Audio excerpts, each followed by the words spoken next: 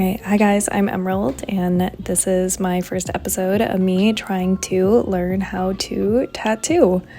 This is something I've been thinking about for a long time. I used to do stick and pokes when I was much younger, and I have just been really enjoying illustration, and I think getting into tattooing would really be great. But I want to make sure before I go and do an apprenticeship or some kind of like formal classes that I actually want to do this, and that I'm okay with being hunched over for hours on end, and that I enjoy it. But so far I've really been liking it. So this is like my fourth or fifth time using fake skin. I cannot for the life of me figure out how to keep it clean. But there I am, just putting in my first round of lines.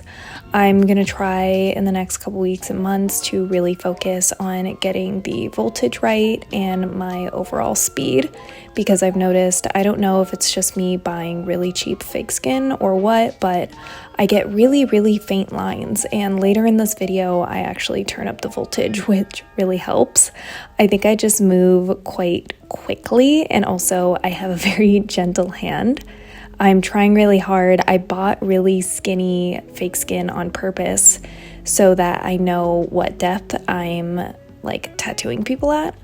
One of my first stick and poke tattoos, I went way too deep in a really sensitive spot, and like the little the nape of like your arm where you get like blood drawn where your arm bends, and I blew out that tattoo. It was actually on my boyfriend, so I'm happy it was him at least, but still unhappy I have to look at it every day. And ever since then, like, my fear with giving tattoos and doing stick and pokes is to blow out another tattoo, because I do not like that big blob. So I've been trying to, oh, there's my little chicken. I've been trying to really focus on how deep I'm going, because I also don't want to be tearing up people's skin, but I also want to be setting good habits and also depositing inks. If people are sitting there and having all of that pain, they might as well get a tattoo that lasts. So here I'm just working on some little pieces I made. I've really been loving doing like flash sheets. I've been wanting to just illustrate more this year in general, and last year I was just working at a tech company, and now all I want to do is just draw every day. I showed my like 3 or 4 flash sheets that I made at the beginning, but I cut all of those out, and my goal is to tattoo at least all of them once before I either make a decision on going and getting a like apprenticeship or going and just starting on my own. And I know probably not a lot of people are going to see this, but if anyone does who has experience with like apprenticeships, I would love to hear about them. There's a bunch of like tattoo schools around like LA and San Francisco. Some of them look kind of like scams. There's one I'm really interested called, I think Ganga Studio. I don't know, I'll link it down below. But they look really cool, but they're like $6,000 for a couple days, which is probably worth it because they seem really good, and starting an entire career for only $6,000 is much cheaper than college. And I know that there's a huge potential to make a really good business out of this, but it still feels like something I gotta just sit with and practice before I make that big of a commitment. But yeah, on this second sheet, I was just much more confident than the first one. I was going in just a little bit bolder, and I knew a little bit more my style. This flower was so fun to do, but I find that sometimes these stencils kind of screw me up. So I actually only did half of the flowers, but I made sure that I did the petals in a way where I knew which ones went next, if that made sense. Because, you know, flowers are so like, there's such a movement to them that if I have some key ones, then it was super easy to plug the rest in.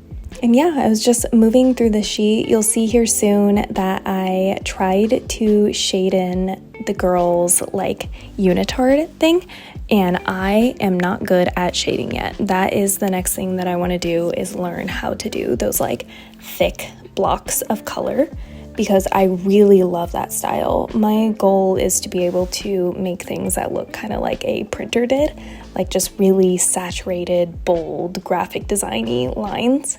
I really like, it's kind of weird, but I would love to do like kind of a modern trash polka style, which is, trash polka is like the closest thing to what I have in my mind when it comes to like my tattooing future and my style. Of course, I'm not going to go out right away and like try to make anything crazy. I'm going to focus on flash and just not hurting people and making things that look nice. But yeah, that is my ultimate goal, to be able to design really beautiful art pieces on people. And then here again, I don't know if it's bad habit or not, but I really have a hard time figuring out where I'm putting my lines when I have those thick stencils. And I know once I start doing bigger pieces, I'll probably really be relying on the stencils and need it.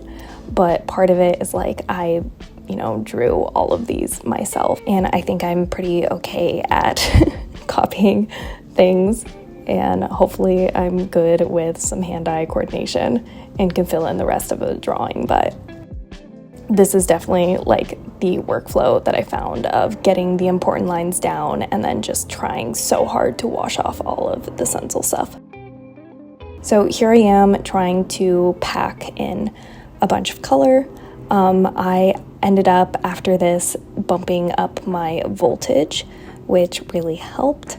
Like I said, the next things that I'm really going to focus on is just getting familiar with the voltage and the speed, because I think that that's where I will see a lot of growth.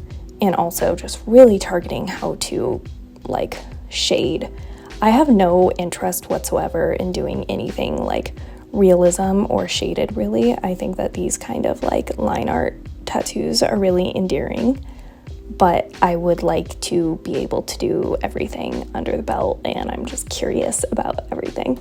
I think I'm just intimidated about shading and colors and all the extra things. Maybe I'm probably gonna do that class. I've slowly just been adding to my kit. I bought everything on Amazon. I know that that's bad, but I've never used anything other than this, but I enjoy it. It does what I want it to do. I'll also link all of the materials that I use down below. I've been trying really hard to just keep like good etiquette and get into good habits, even though I'm not working on anybody. Just overall keeping a clean space, always wearing gloves, things like that. Cleaning my tools in general. I really like things like this because it feels kind of like a ritual. Like you get out your machine, you clean everything, you wrap it, and I just love going through the motions of all of that. So yeah, those are my two little flash. I have a lot to learn, but hopefully you guys enjoy this video or find it satisfying. If anyone has any resources or opinions or anything to say, just let me know, and hopefully I'll be making more of these.